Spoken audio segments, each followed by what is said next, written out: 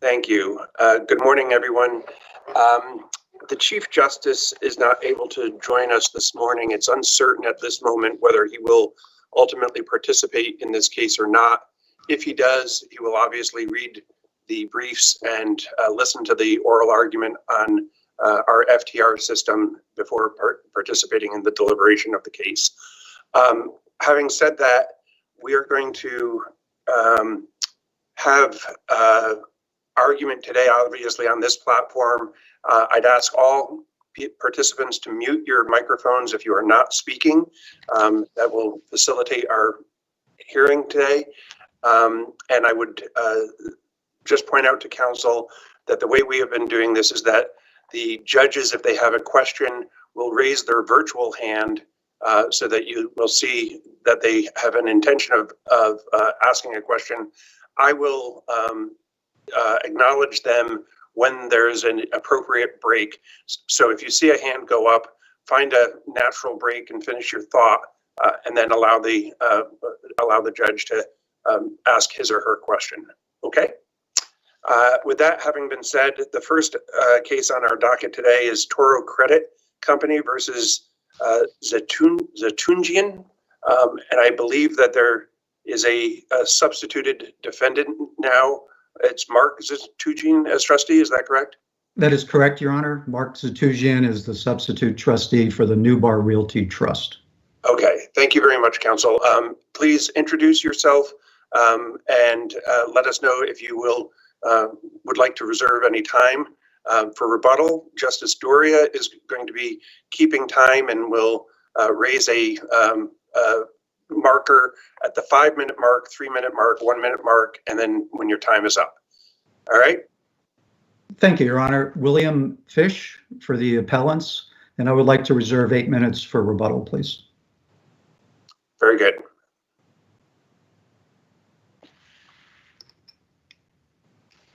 May I begin, Your Honor? You may. Thank you. The trial court here ordered a foreclosure by sale, and there are 2 large parcels of undeveloped industrial land in Enfield. In doing so, the trial court, we contend, made at least 3 errors of law.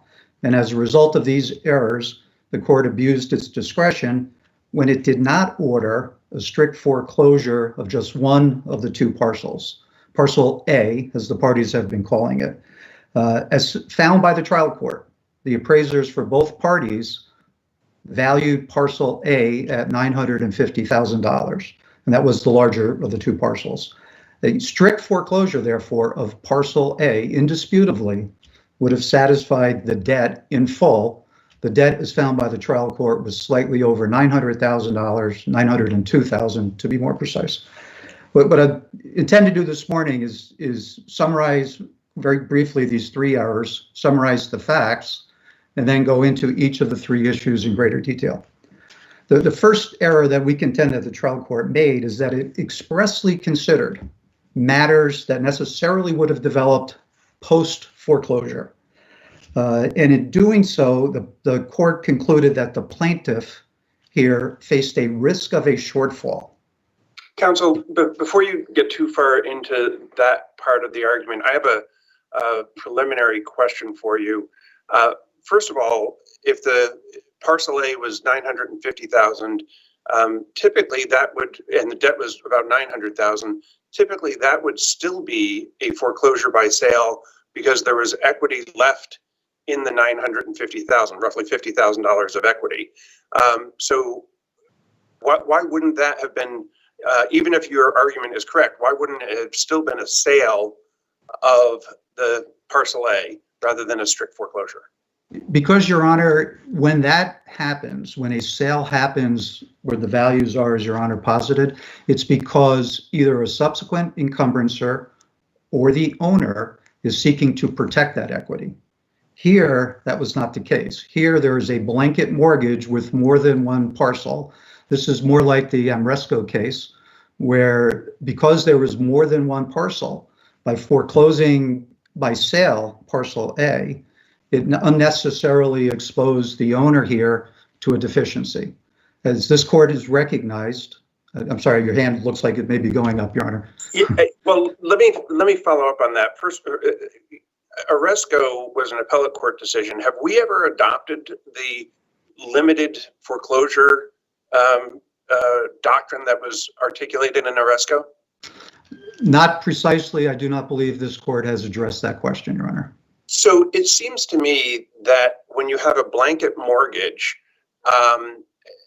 the creditor here has a interest in both parcels, and I don't understand what could force them to forego part of their security interest if you don't know what the result would be at a sale. Just bear with me for 1 second, because if you have a parcel that is appraised at $950,000, that is obviously a well-educated guess about what the market would actually produce.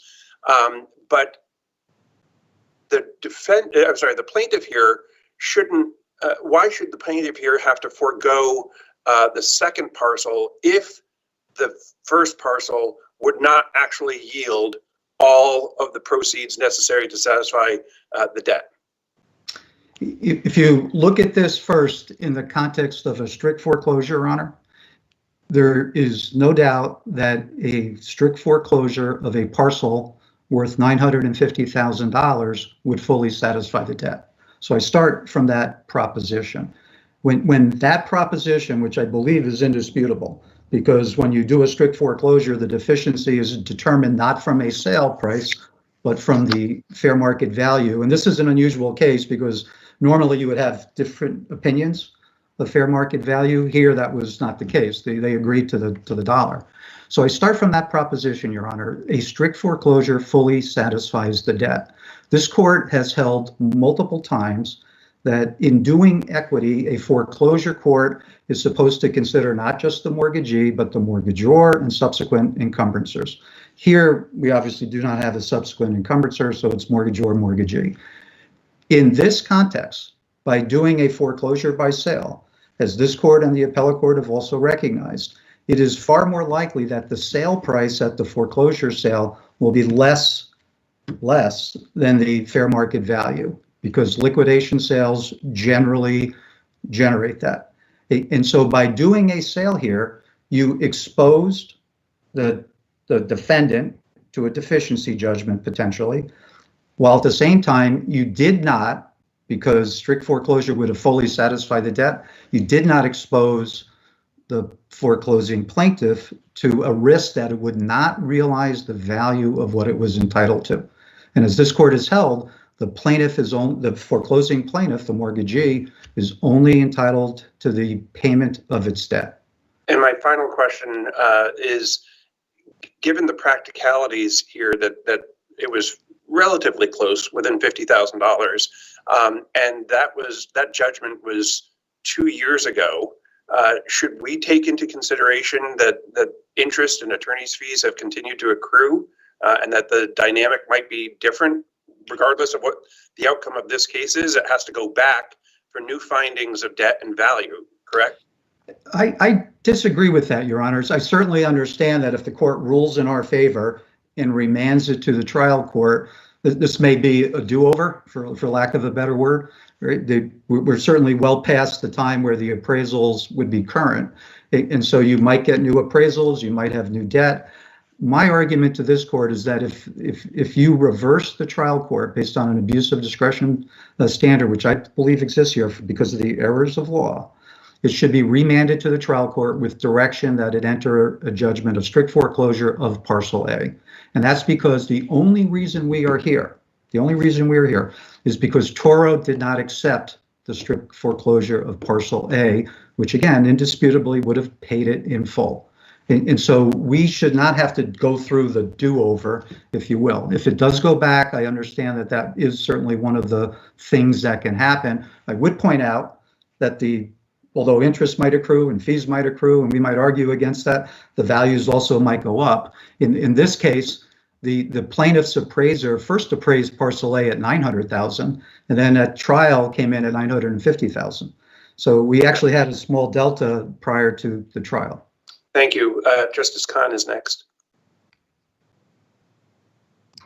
Thank you, Justice McDonald. Attorney Fish, I have questions I think are similar to the concerns that Justice McDonald raised, but I'm sort of coming at it, I think, from a different angle. You argue that under 49-24, the plaintiffs here did not seek foreclosure by sale. They asked for strict foreclosure, and therefore they're limited to that relief. But I understood that when it came to foreclosures, there was a principle of law that a court, if there is any kind of equity in a piece of property that's being foreclosed on, that a foreclosure by sale is preferable because it protects the debtor. And so I guess in this case, it seems a little sort of backwards. Typically, it's the debtor asking for a foreclosure by sale in order to capture that equity that's left, the value that's left over and above the debt. And so I'm not sure if they are limited to only a strict foreclosure, if the court finds in its equitable power, its authority to render equitable rulings to order a foreclosure by sale. Can you elaborate on that? 2 points to that, Justice Khan. First, if there is a simple situation where the value of the property, say, is $200,000 and the mortgage debt is $190,000, so the value of the property is slightly over the mortgage debt. If I'm counsel to the borrower, and again, no subsequent encumbrances, the risk of exposing that property to a foreclosure sale and a potential deficiency is significant. It is recognized by this court, and it's the practice throughout the state, that foreclosure sales, liquidation type sales, often result in less than fair market value. The appellate court has approved sales that are 40% of fair market value. So it is highly probable in the real world that, in my simple example with a little bit of equity, that the sale would come in below the debt. And automatically then that results, I'm sorry, I think Your Honor was speaking. I apologize. No, please finish. I thought you were finished and I was going to ask a follow-up. Please finish that thought. And automatically in that circumstance, because now the deficiency is determined based on the sale price, not the appraisal price, there would be a deficiency. So the premise of Your Honor's question, to get to the point here, is that it is often not the case that an owner-debtor would often not choose to go through the sale process for the same reason we're choosing not to do it here. It would expose us to a deficiency. A strict foreclosure eliminates that risk. Many times in the real world, again, we have a disagreement on the appraisal price. And so it becomes a more complicated question because now I've got to take into account the mortgagee's appraisal. We don't have that issue here. So here's my sort of follow-up question to that. And I have two, I think they're rather quick questions because I notice my colleagues have their hands up. So as a follow-up to that answer, I always thought that even in strict foreclosure, that the plaintiff could always come back and seek a deficiency judgment over and above what, if there are costs that were not covered, they could come back and seek additional funds. So that's question one. And in this case, is your concern or your claim remedied by the fact that the trial court said at Exhibit A19 that your client would be given options, meaning the second sale, the sale of the second parcel, would not happen unless there was a deficiency and the debt could not be met or satisfied with the first sale. So my first question is, wouldn't they always be able to come back and get additional money to cover deficiencies? And two, doesn't the trial court's offer of an option, in essence, alleviate your concern? The answer to the first question is no, Your Honor. When you look at the fully laden debt, in other words, let's put all the fees on, all the interest, everything else that the mortgagee is entitled to. If that amount is less than the appraised value in a strict foreclosure, there is no deficiency. The law is clear there. This court has made that very clear. That is full satisfaction of the debt. Other obligors, guarantors, secondary obligors, none of those people are exposed to a deficiency. There's a technical issue about could you come back with a different appraisal number at a deficiency hearing, but in this case, given the evidence and given the timing, that's just not the case. Your second question, I forget how it's phrased, so I'm not sure if yes or no is the right answer. But it did not. I'm sorry.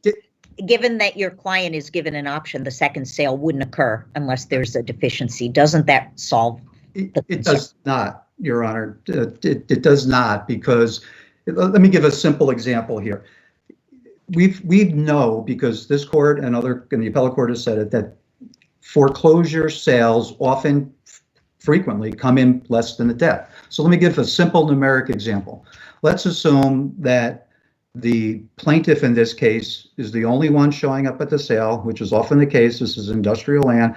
Credit bids 50% of the debt. I'm sorry, 50% of the value, of parcel A. Right? That'd be $475,000. That's the high bid. It does the same thing on parcel B, $425,000. That's the high bid, 50% of the appraised value.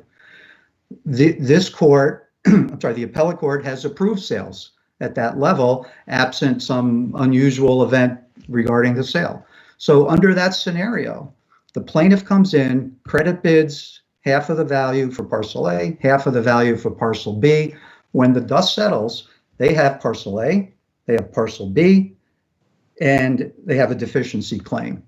Because they move for a sale, there's a credit under the statutes for that, but that doesn't affect my argument. But doesn't that happen when the actual value of the property is less than the debt?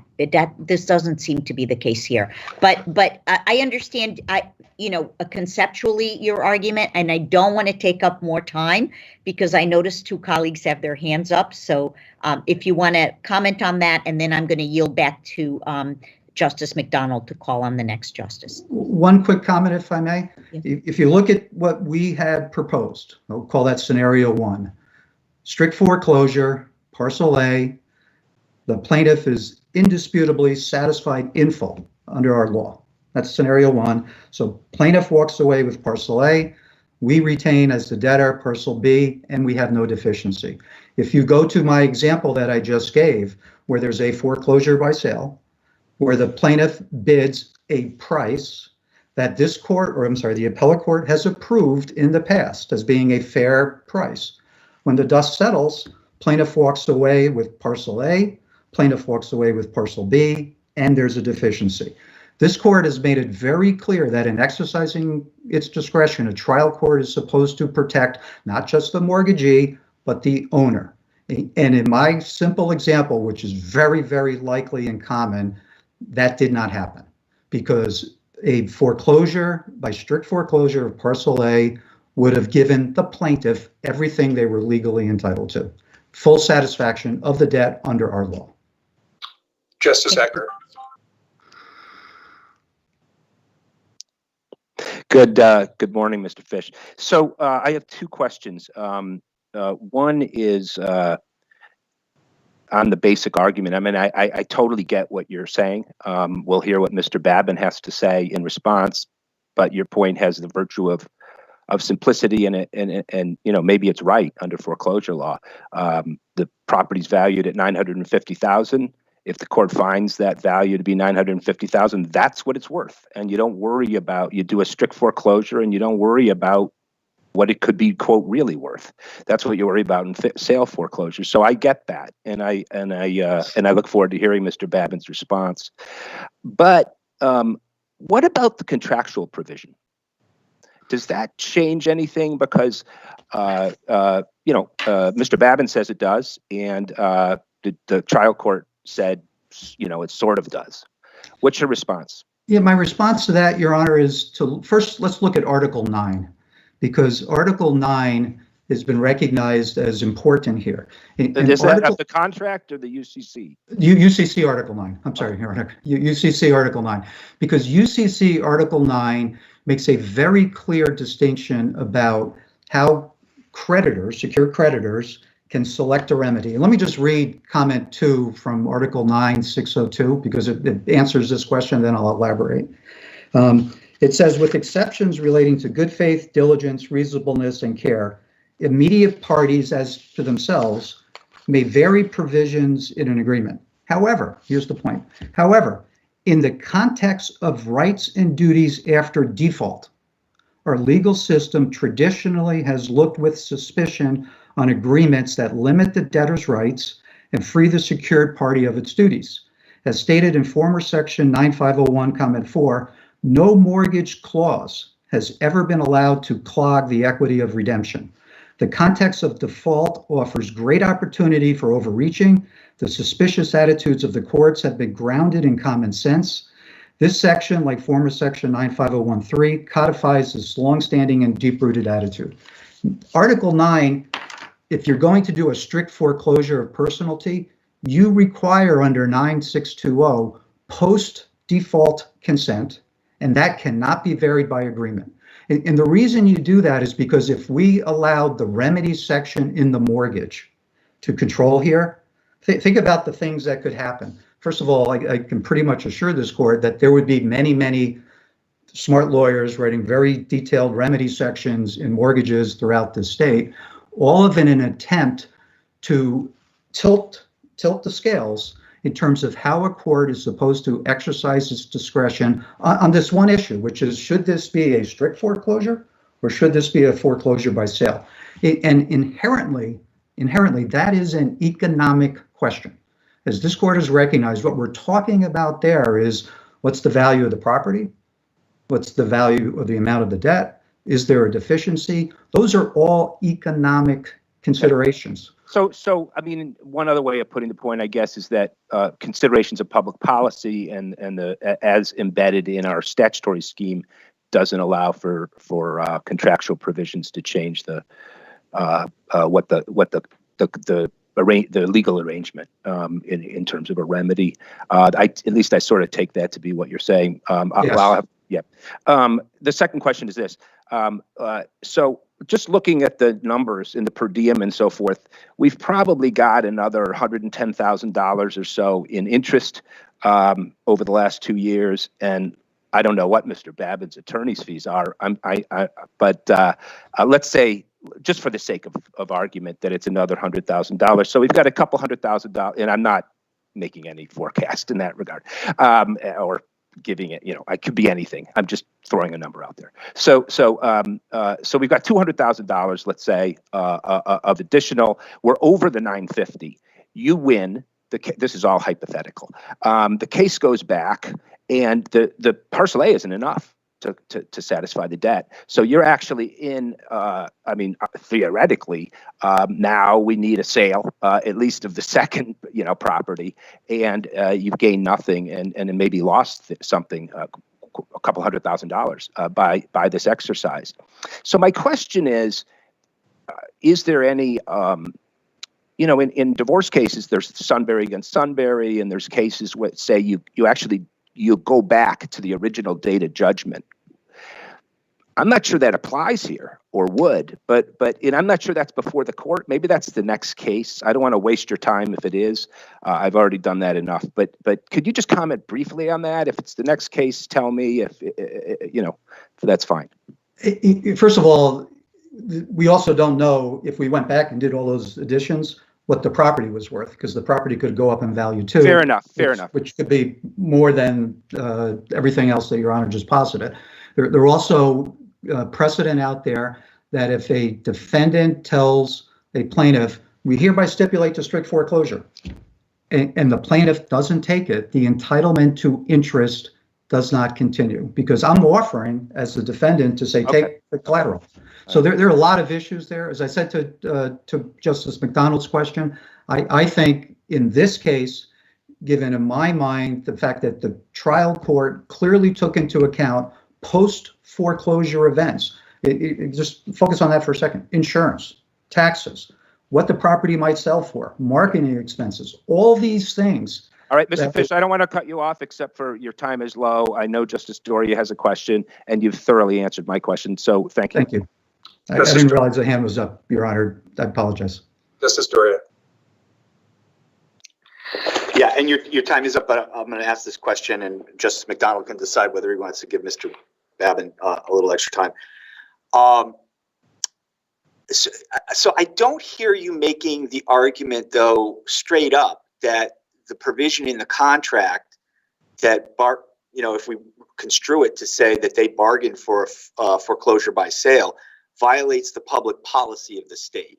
I understand you're saying that it's not that's not the rule here in Connecticut, but usually we get an argument or when you litigate and say it conflicts with the law, you'd say it's void because it violates public policy. You're not arguing that. No, I am, and I thought I said that in response to Justice Ecker's questions, Your Honor.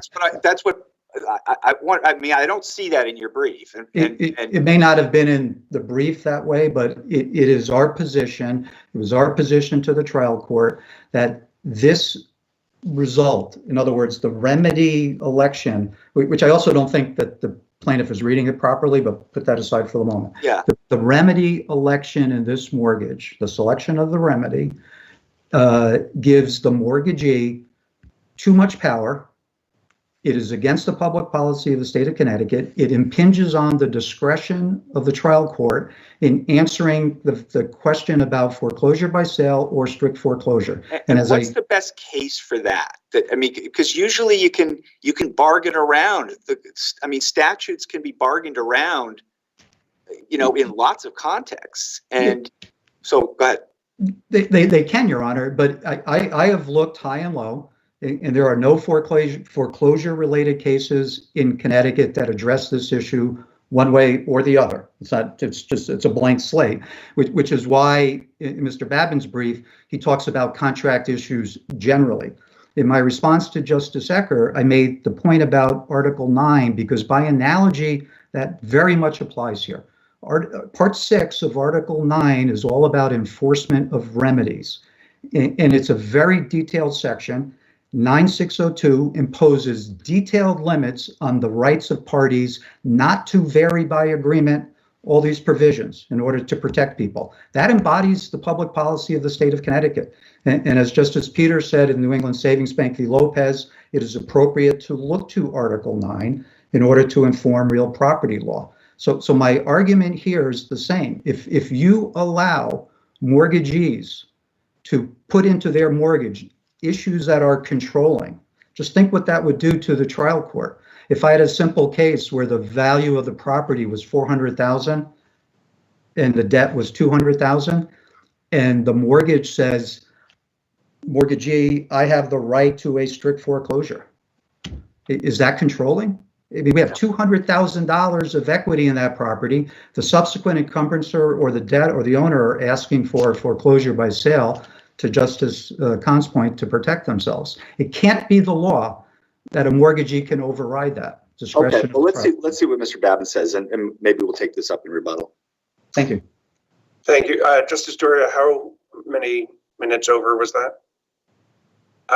Okay, Attorney Babin, you have 32 minutes. Thank you, Your Honor. Jeffrey Babin from Wigan and Dana for the plaintiff, Toro Credit Company. It is true that strict foreclosure would extinguish the equity of redemption, but it certainly would not make my client whole. There's no rule, as Mr. Fish seems to be contending, that the risk of sale, of a shortfall from the sale, is always borne by the lender. The case law is very clear that the trial court sits as a court of equity in foreclosure, has a wide range of discretion, and in fact, as was stated in the case of National City Mortgage versus Stoker, the decision of whether strict foreclosure or sale lies within the court's discretion. And this court also said the same thing in New England Savings Bank versus Lopez, even though in that case, the sale did result in a deficiency. There is no bright line that the defendant, as in this case, gets to choose whether it's a strict foreclosure or a foreclosure by sale based on what it perceives as most financially advantageous to itself. And there's Babin, Attorney Babin, Justice Doria has a question. Sure, certainly. And forgive me, I guess both of you, if I'm missing too much nuance in all of these arguments, but I'm going to ask you sort of the flip side of the question I asked Attorney Fish. Is you seem to be arguing that it's appropriate, as I read your brief, that the trial court properly consider, I'm reading from it, the parties bargained for remedy of foreclosure by sale. Why aren't you arguing that it's just controlling? He doesn't have any discretion, because I'm asking him why he's not just arguing that it violates public policy, and I guess now he sort of is, but why isn't this just control?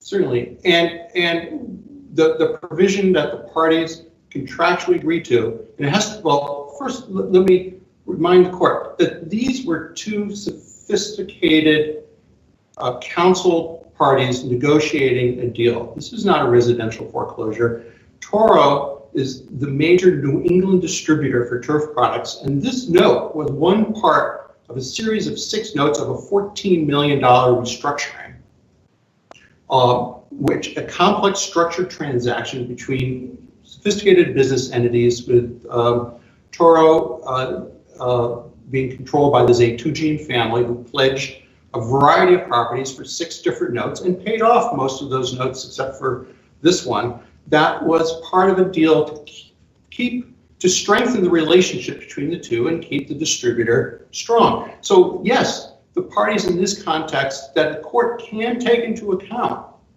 and it did so here by having a trial, which was not typical in a foreclosure context, but in this commercial context was perfectly appropriate, to understand the context of this, that the defendants were getting an advantage, keeping them in business for 15 years, which my client was unwilling, though, to take any risk at all.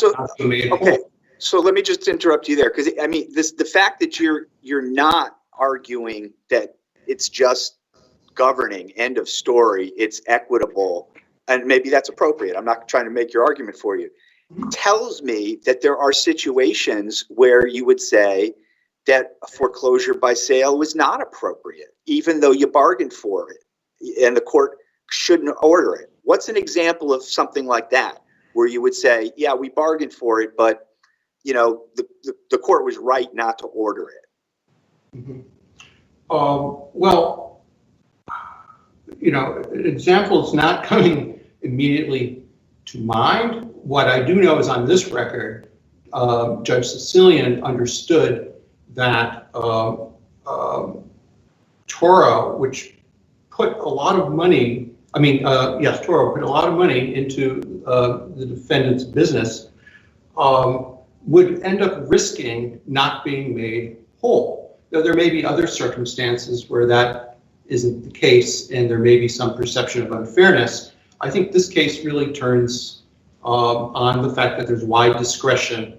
And at the end of the day, nothing that the trial court did here was outside the bounds of any statute, or was outside the bounds of the document. Within the statute, which permits this kind of sale, and within the bounds of the documents, the court can take into account the variety of circumstances, particularly in this type of commercially complex deal, where the courts have said time and again, and we have some trial court decisions that are in our appendix, the Patelli case, the TD Bank case, when we have commercially sophisticated parties, the court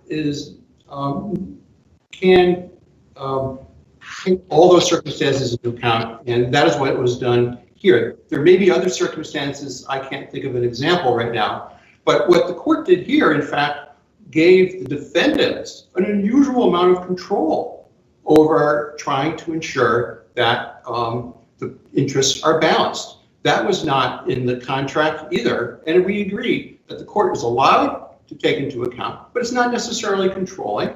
And the court here, and we don't object to this, decided instead of just simply having a sale of both properties gave the defendants a fair amount of control in this context to help maximize the sale value.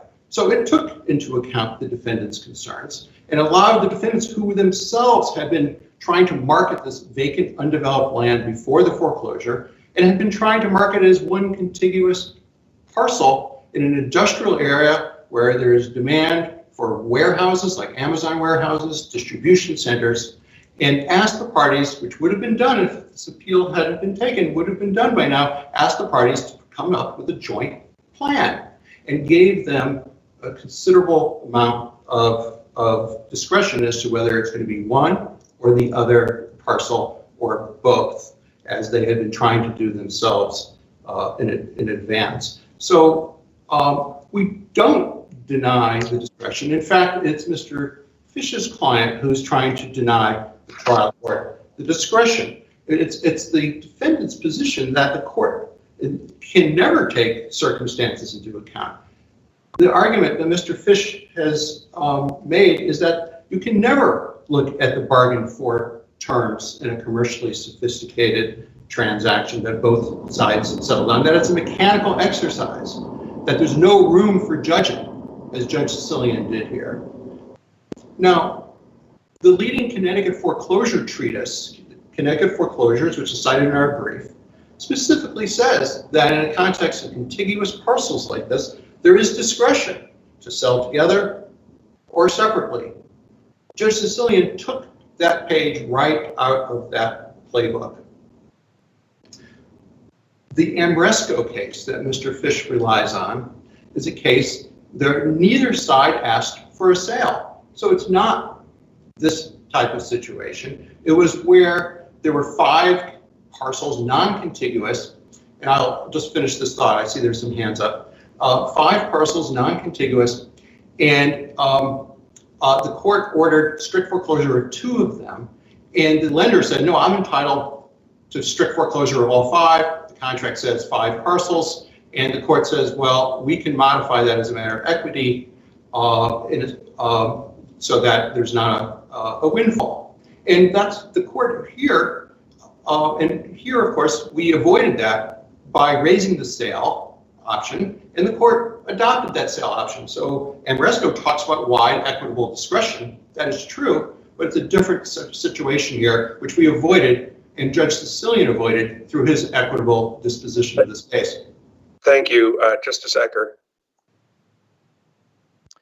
I think I have 2 questions. One is, you said it, I think, right at the outset.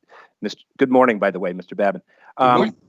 You said that your client would not have been made whole by a strict foreclosure of the 900 Partial A, and I don't understand that. I mean, Mr. Fish's argument is as a matter of law, if the property was valued, a fair market value of $950,000, that's not, you don't then say, well, maybe it would take them a while to market. You know, it's $950,000 they're getting for a $900,000 debt. So why isn't that being made whole and then some? Well, it is true that if strict foreclosure were ordered and the appraisal is more than the debt, then that would extinguish the debt. But that's exactly what my client bargained not to have happen. And in this commercially sophisticated world of here, would never have put up this $14 million of structured debt on a variety of properties, including this one note, which was part of it, if they were going to have to not be made. Well, we don't know that, Mr. Babin. We don't know what your client. There's we don't know what your trial. We don't know what your client would have done in terms of the $14 million loan without this contractual provision, do we? Well, there's testimony, Your Honor, that this was an effort to strengthen the relationship between the two. This was not intended to be an oppressive situation. And there was testimony by the attorney who was involved with this, that you know, why they had, for example, with this note, they had 2 parcels to make sure, a blanket mortgage on 2 I understand. to make sure that they would be made whole and that they would never, in risking this kind of money, and it was successful for 15 years. They would never. Now, Mr. Babbitt, can I ask you a different question? I get it, and I'll look at the transcript. As I recall, there was some testimony that was allowed on the intention of the parties, and some that wasn't allowed. It was circumstances that were allowed. It wasn't parole evidence. Okay. It was background. Okay. All right, I'll let that go. So yeah, it is, especially if the contract is ambiguous. But the question about your second point, which is this: what do you do with Mr. Fish's example of the radical unfairness that could accrue to his client if this goes by sale? The credit example where your client ends up with both pieces of property and a deficiency judgment at the end of the day. Tell me why that is far-fetched or fanciful. Well, first of all, it's actually speculative, Your Honor. I mean, this is a case where... No, Mr. Tell me why it's far-fetched or hypothetical. What do you say would have happened? Let me see if I understand Your Honor's question. My understanding is on this record that was before the trial court were appraisals that essentially said that this property was worth, roughly $1.8 million. And remember, this was this was two parcels defined as the premises, and it was a single mortgage on both. The debt was under $1 million. And under Mr. Babbitt, let me ask the question this way: Do you think that what Mr. Fish's speculation about what would have happened, what was a likely scenario, what was a reasonably likely scenario, right, where your client gets the properties at 50% credit and ends up with both properties and a deficiency judgment of $100,000, $200,000, maybe more? Why is that? Why is he wrong? Well, first of all, this court said in New England Savings Bank v. Lopez that the court has discretion. No, Mr. Babbitt, I'll give you one more chance. Okay. The hypothetical. You tell me what you think would have happened if the sale had gone through in terms of commercial likelihood and reasonableness. I mean, I'm not asking you to... Sure, I can answer that question. Your Honor, a couple of things. First of all, the sale, if this court affirms, there's going to be a sale, and then the case comes back to the trial court, and the trial court has to confirm the sale. And that's very clear in the case we cite, Central Bank for Savings versus Hegeland, that the courts can then determine the appropriateness of the sale price. And in that was a case, they said, if we find that it's wholly inappropriate, we still even have the discretion to switch to strict foreclosure. Mr. Babin, at least when I said foreclosure, the rule of thumb was 70%. Right. So Mr. Fish was using 50%. I guess an appellate court decision has affirmed 50%. But the trial judge typically would approve a sale at around 70%. It could even be a little less of the appraised value. So again, we've gone back and forth and no, but I can say a few more things, Your Honor, which is that this is a case, of course, unlike in the typical foreclosure case Your Honor may have come across, that they know that this is a defendant who is sophisticated in real estate, who has been trying to market, and gave them a hand in this decision to try to maximize this. And this case will go back to the trial court, and if there's a sale, the trial court can determine whether the sale price is appropriate at the time of the confirmation and make adjustments if necessary. If it somehow things turn out to be the way that Mr. Fish thinks it could turn out to be. But that doesn't restrict the discretion of the trial court on this record to have done what it did at the time it did. At that point, the fees will probably be equal to the value, and the interest will probably be equal to the value of both pieces of property, and you can do a strict foreclosure on them. I don't think it's going to be that much, Your Honor. But Mr. Fish's client decided to take this appeal, and the trial court on remand can certainly take into account any changed circumstances because nothing is final. It's very clear in the case law. Nothing is final until there's proceeding on the confirmation of the sale. It is true, though, that until after the confirmation of the sale and then the changing of the deed under the one of the national mortgage cases that we cite, that that their debt does continue to run.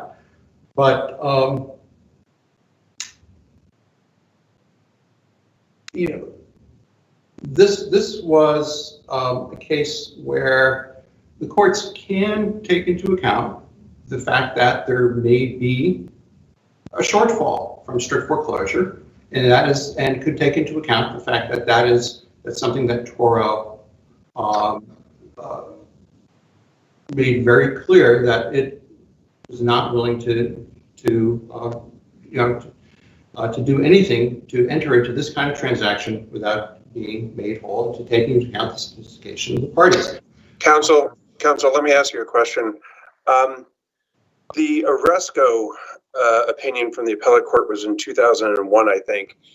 Has it been followed much in the trial court? I didn't get a chance to shepherdize it or see if it's been widely used. Do you know? I have not come across that. I don't have the sort of Shepherd's printout. I'm not aware of it being widely followed. And we don't dispute the outcome in that case, where neither side asked for a sale, and it was a question of whether you simply have strict foreclosure of 5 parcels or 2 when there's a blanket mortgage of 5. And let me ask you, I don't know if this is in the record or not, but you mentioned that these are 2 sophisticated commercial parties. They bargained for a blanket mortgage, right? Was there any indication of whether or not there had ever been an effort to have 2 separate mortgages, a first mortgage and a second mortgage, to secure the properties? No, Your Honor. First of all, this was, and these are, in the record. There were 6 notes. Some of them were secured by things like the defendant's the Turf Products, which was owned by this A2G family, that was secured by Turf Products headquarters building and other assets. This one was, this is the one note that they haven't paid off, was secured not by any building, not by anyone's house, not by anyone's store, but simply vacant, undeveloped land is the one they chose to stop paying on after Frederick's A2G and the founder passed away and his children took over. So it was clear that this is highly structured, and they required, as we can see in the note and from the testimony, they required that there be 2 parcels on this that were contiguous parcels defined together as the premises, parcel A and parcel B. And that was a natural thing in this instance that was bargained for, because as we know from this record, that even the defendants have been trying to sell that property. They have no interest in holding on to this property. They've been trying to sell it themselves as a unified parcel for development in an industrial zone. So there's no indication as to that there were other efforts to have first mortgage or second mortgage.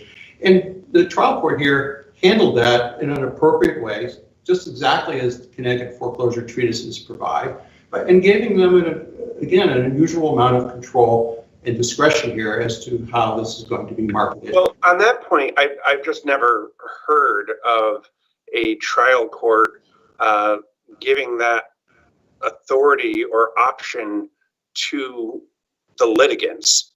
I don't know. Maybe they can. I've just never heard of it.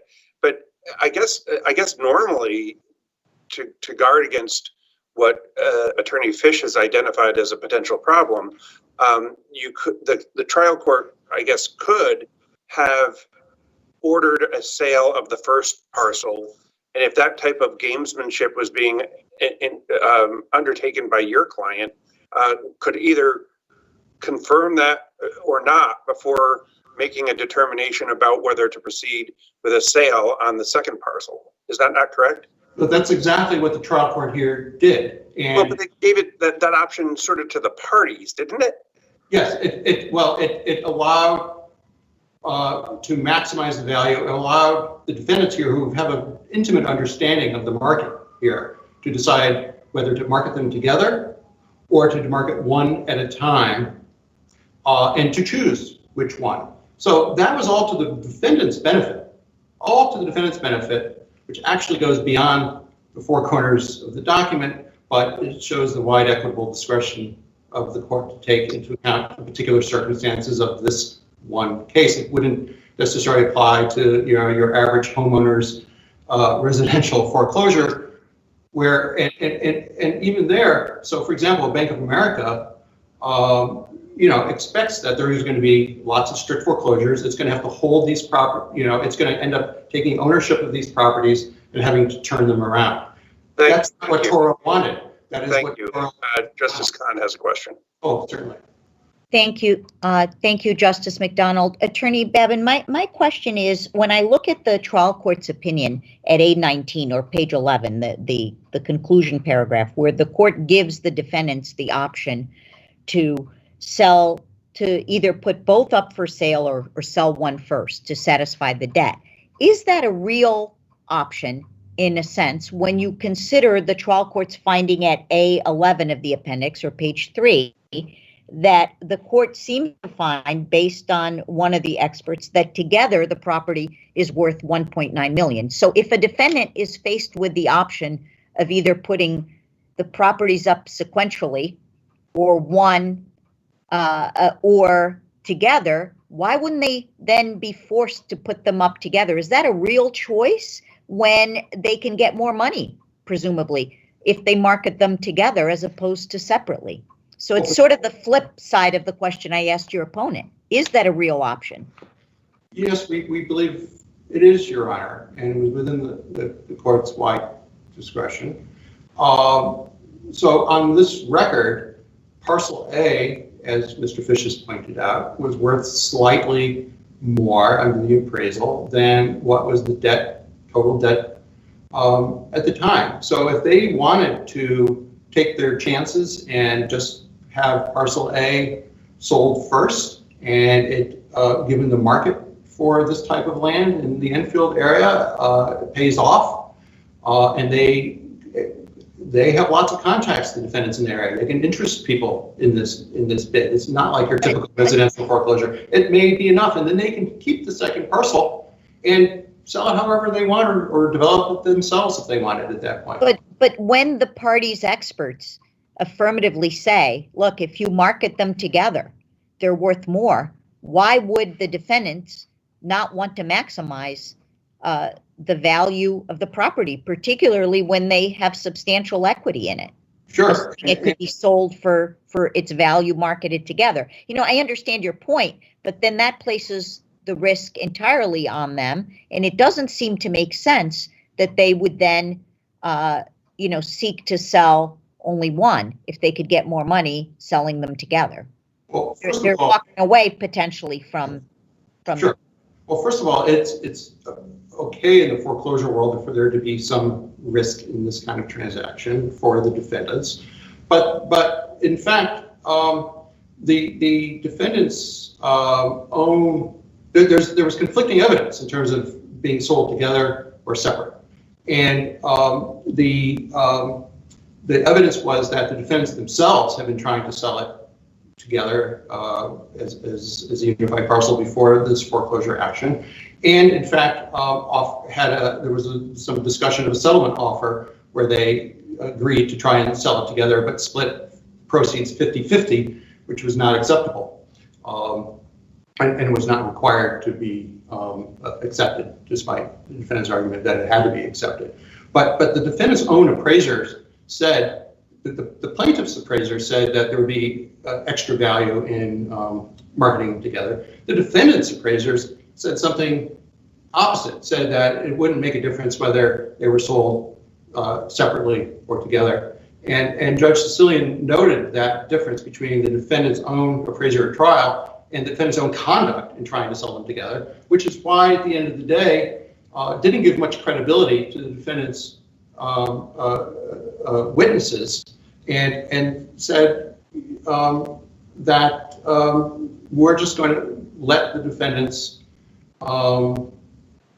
make that choice, and it's a legitimate choice. I'm not going to require one or the other. I mean, it's all to the benefit of the defendants, which we don't disagree with, because at the end of the day, our client will be made whole, even if it's a more cumbersome process than we had bargained for. Thank you for your answer. I don't want to take up too much time in case my colleagues have questions or you have other points you wish to make. Thank you, counsel. So, Your Honor, so at the end of the day, the defendants here want to create a bright line rule that simply doesn't exist. They want to ignore the definition of the premises. They want to ignore the bargain for remedies provision, saying that it can't even be taken into account, period. That's somehow against public policy. There's no case law that says that, none whatsoever. And that's why that at the end of the day, I think they fall back on, Mr. Fish didn't get to it, but perhaps he will in rebuttal. They fall back on a technical argument saying, well, set aside public policy, somehow there was a procedural default that prevented the trial court from reaching foreclosure by sale. But what did the trial court say in its decision? The trial court made a finding, quote, "The record makes unmistakably clear that the plaintiff is seeking foreclosure by sale, and the defendants concede, as they must, that they were not surprised or prejudiced by the absence of a prayer for relief in the complaint or an emotion." Counsel, Justice Ecker has a question. Yes. Yeah, thank you, Mr. Babin. And I'm aware of the procedural argument. I think the rest of the court is. I don't mean to cut you off on that one, but I do have a question that just occurred to me while as I was reading the briefs, and I can't get it out of my head. It's this. So we have two extremely talented, capable lawyers here who have devoted their resources to trying to figure this problem out. And I don't, correct me if I'm wrong, but I don't think anybody has cited any case anywhere in the United States that really takes on directly this issue. You know, I know there's Amoresco, it's a little off, and I'm sure you cite cases that aren't quite the same. That strikes me as bizarre that nobody has dealt with the couple of questions that this case presents. Could you either explain that or tell me why you think I'm wrong and there is an on-point case? I'm sure you guys have checked everything out and looked at every rock. Yeah. Well, it's a good question, Your Honor, and whether we had failed to do a scorched earth research or not, I can't say. We certainly looked at a lot of cases.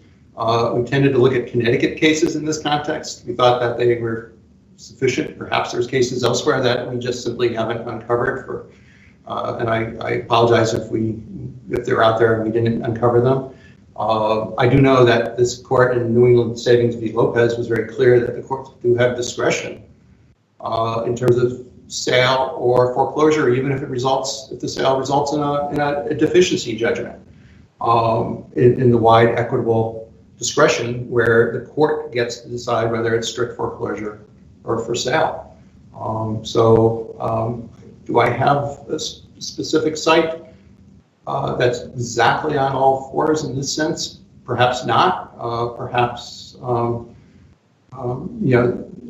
when one sits in foreclosure court, most of the foreclosures do not like this case, and that's why I think the trial court here exercised appropriate discretion, had a trial, thought about the issues, and came up with an appropriate, equitable response. So just to sort of finish up, in case there's any question about the procedural aspects of this, I do just want to emphasize that with the trial court's finding that there was no surprise here, that even the defendants themselves in multiple filings agreed, even while the pleadings were open.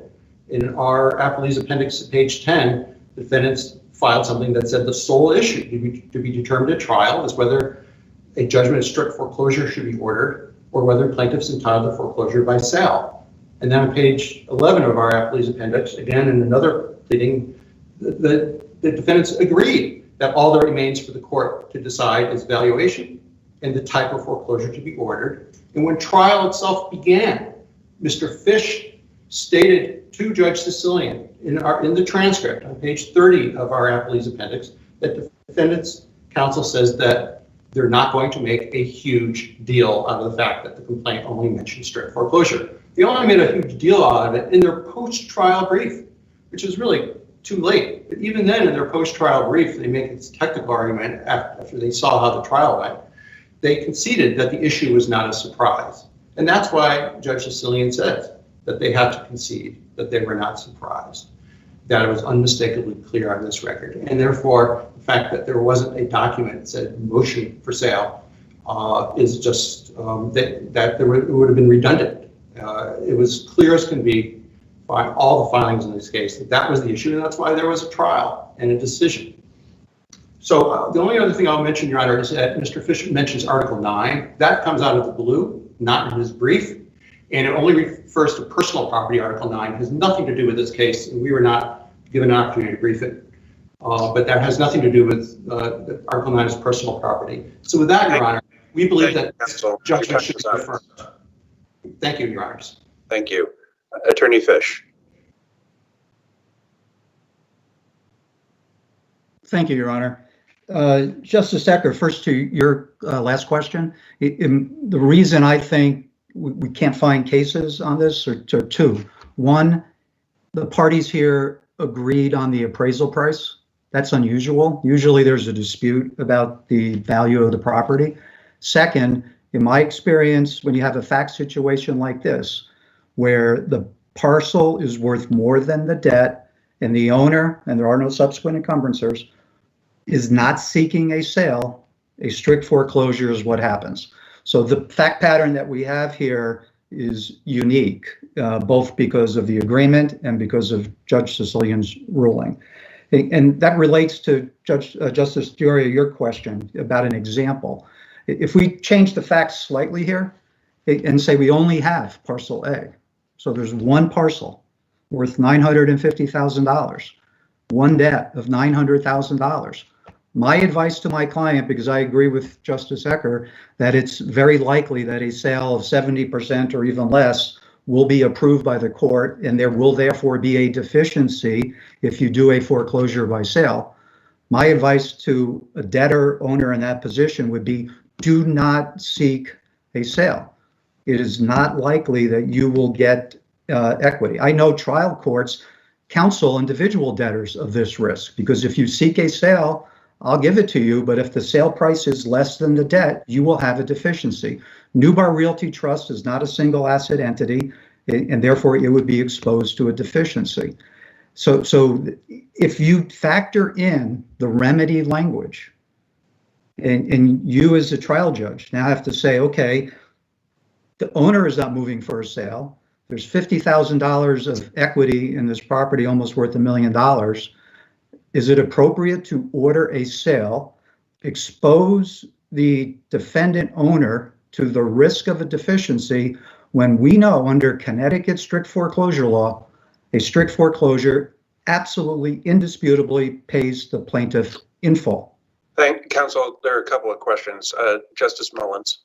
Thank you, Justice Ravana. Good morning, Attorney Fish. I'm just trying to hone in on what exactly is the abuse of discretion by the trial court, and what I'm seeking, I guess, from you is it the case that you're saying it's really not a matter of discretion, it's as a matter of law, the court had to order a strict foreclosure? And if that's not the case, what was it that made this the abuse of discretion to order foreclosure by sale here? The first error of law, which equates to abuse of discretion, is when the trial court considered the potential, as he put it, a shortfall based on post-strict foreclosure matters. The trial court said, if the plaintiff gets a strict foreclosure here, it has a risk of a shortfall, meaning it is not being paid in full. That's legally wrong because the 950 is bigger than the 900. And the risk of a shortfall came from such things as post strict foreclosure insurance payments. I'm going to have the plaintiff pay a broker to sell this property someday. What will the property sell for? There'll be taxes to be paid. All of those things that necessarily transpire post strict foreclosure, the court considered in exercising its discretion. That is wrong. Those things do not belong in the mix as a matter of law in Connecticut because a strict foreclosure, unlike what the court said, could not legally result in a shortfall. So when it considered those matters, that is an abuse of its discretion because it's an error of law. Second, I think that error influenced the court. And the answer to your Honor's question that was included is yes.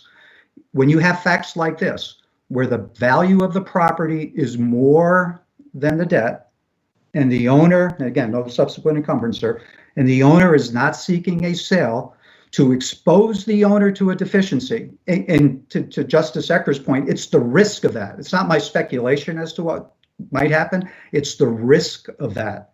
The risk of that to the debtor, that risk is unfair. And as this court has said, when the trial court is exercising its discretion, it is to do it with fairness to the mortgagee and the mortgagor, not just the mortgagee, which ties back to my Article 9 point. So the mortgagor is entitled to fairness here. Fairness requires a strict foreclosure of parcel A on these facts. Forgive me, you may have started off your argument originally with 3 points, and these are 2 of them, right? And you may have another one.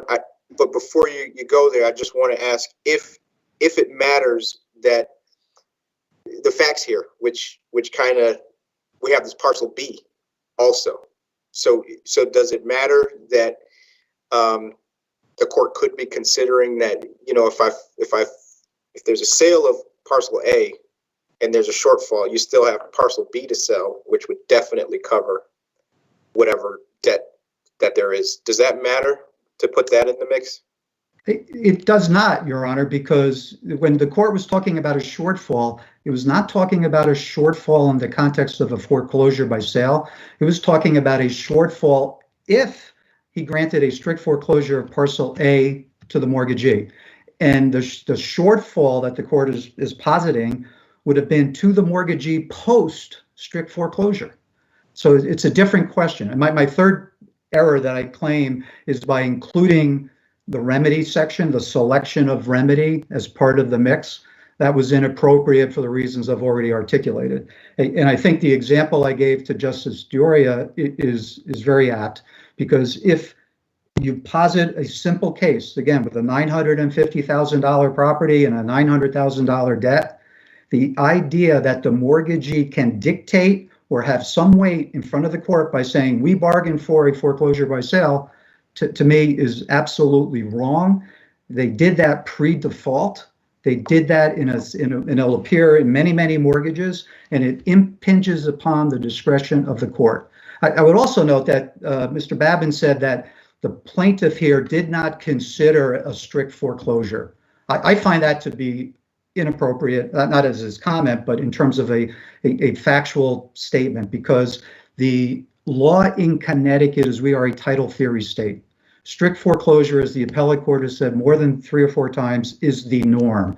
And the idea that I didn't even contemplate the possibility of a strict foreclosure, it can't be the case, because it's contrary to the law of the state of Connecticut, and therefore the plaintiff is presumed to know that law, as we all know.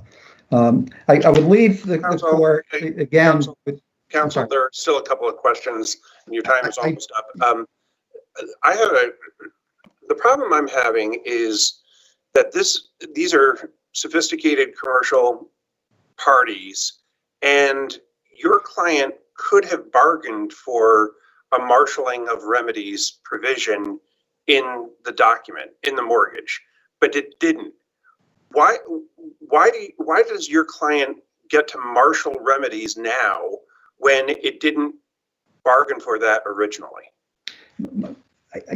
With all due respect, Justice McDonald, I don't think this would be a marshaling issue. Marshaling is when you have multiple subsequent encumbrances who are not on each parcel. It can be, but not exclusively. But the bottom line, that my answer to Your Honor's question is that in this context, may I finish? I might see my time is up.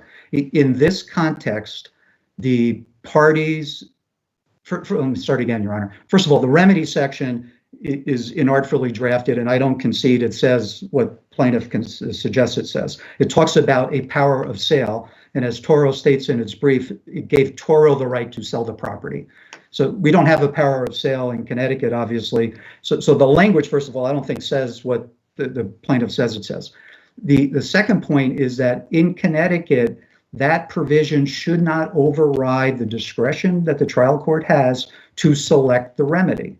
It's a different issue. So if I go back to my point with Justice Dioria, if that mattered, then the mortgagee would be entitled to a strict foreclosure of a property that had significant equity when the owner was arguing it should be for sale. Flip it around, entitled to a sale, in my simple example, where there's only a little bit of equity, and now it's exposing the owner to a deficiency judgment. The trial court should not be dictated to by those provisions, and that's, again, consistent with my point about Article 9.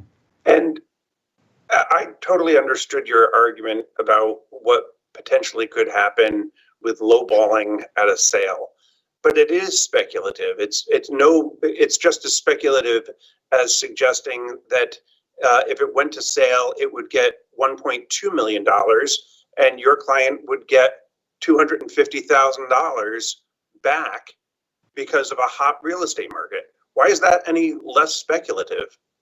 I disagree, Your Honor. It is common the case that liquidation sales, foreclosure sales come in less than fair market value.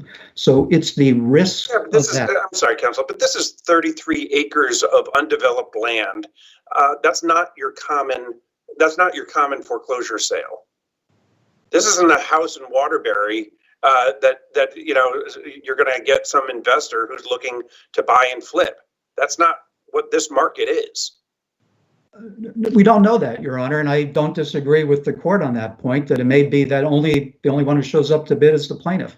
My point is, when you looked at the two alternatives, A being strict foreclosure of parcel A, which again indisputably paid the plaintiff in full, versus B, which is the foreclosure by sale process with all the what ifs, whether the plaintiff is the only bidder, whether there's two bidders, whether it sells for $450, whether it sells for $600, there is a significant risk that it's going to take parcel A and parcel B to be sold in order to pay off the plaintiff, and that there will be a deficiency.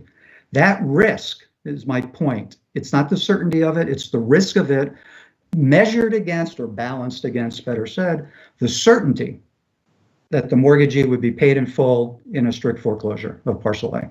Okay, thank you. That's the, Justice I know I'm going over, Your Honor. Justice Kahn has a question. Thank you, Justice McDonald. I'll try to make this very quick, counsel, with no follow-up. I understand your argument that the court has to also consider the mortgagee's interests, and I want to take you back to the hypothetical or scenario that you used with Justice Doria, which was you only have one parcel, 950. It's appraised at 950. They're fully satisfied. But in this case, the mortgage was secured by two parcels, not just one. And what isn't really what you're saying is, look, we don't want to take the risk. We'll just say they're satisfied with the first parcel at 950. And now they're presumably going to sell it, right? They can't use it anyway. They'll have to go and sell it. So you're saying they can hang on to it or they can sell it themselves. And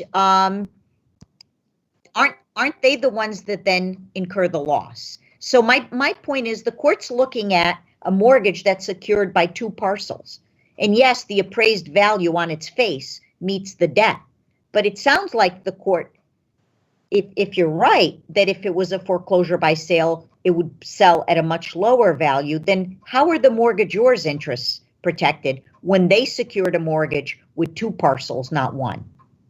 If my question makes sense, No, I think I understand it, Your Honor. Toro, as the mortgagee, is protected because they are fully satisfied as a matter of Connecticut law with a foreclosure of parcel A. So as a matter of law, but not practically. Is that the difference? Practically, they may not be, but as a matter of law, they are? Practically, we don't know. Yes, I guess is the answer to Your Honor's question, because as a matter of law, when they take title pursuant to a strict foreclosure of parcel A, they are fully satisfied. That is all they are entitled to as a matter of Connecticut law. If we open up the door, open up Pandora's box to look into the future, what will happen after a strict foreclosure? That is a giant door that trial courts are going to have to figure out. How do we deal with all these issues? So in my mind, they are in Connecticut. We are a title theory state. And when they're fully satisfied, that's all they're entitled to. This court has said that more than once. Thank you, counsel. Thank you very much, counsel. We appreciate your time today, and the court will stand in recess until our 11 o'clock case. Thank you. Thank you, Your Honors.